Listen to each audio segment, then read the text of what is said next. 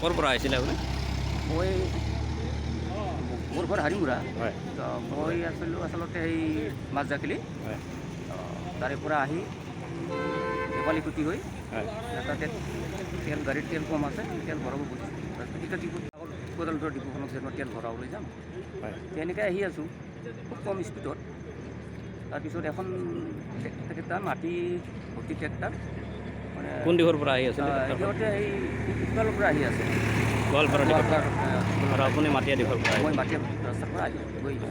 হয় মই ছাইডতে আছোঁ, কিন্তু সেইখন গাড়ী খুব স্পীডত আহিছে। আহাতে মই মানে মূৰামূৰি লগা নাই, হয় সন্মুখী হোৱা নাই সংঘৰ্ষ। হয় কিন্তু মই যেতিয়া গাড়ীখন কি কৰি আছিলোঁ আৰু ছাইডত লৈ যাম, কাৰণ পিছফালেও গাড়ী অহা যোৱা কৰি আছে না। তো এইখন গাড়ী খুব স্পীডত আহি মানে গাড়ীৰ আগ ছাইডটো কিন্তু মোৰ গাড়ীৰ পৰা ভালেখিনি আগবাঢ়ছে।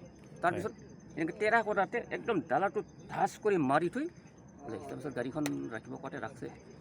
মই কিন্তু পলায়ন কৰা নাই ট্ৰেক্টৰখন? গাড়ী ড্ৰাইভাৰটো পলাইছে।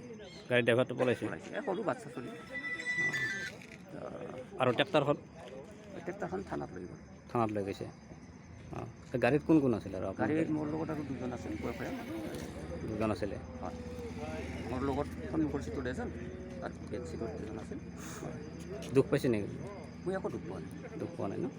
তাৰমানে খুব কম স্পীডত আহি আছিলোঁতো, আৰু লগে লগে একদম মই ভাবিলোঁ যে এইখন গাড়ীটো খুব স্পীডত আহিছে, সেইকাৰণে মানে পূৰা ব্ৰেক মাৰি দিছোঁ।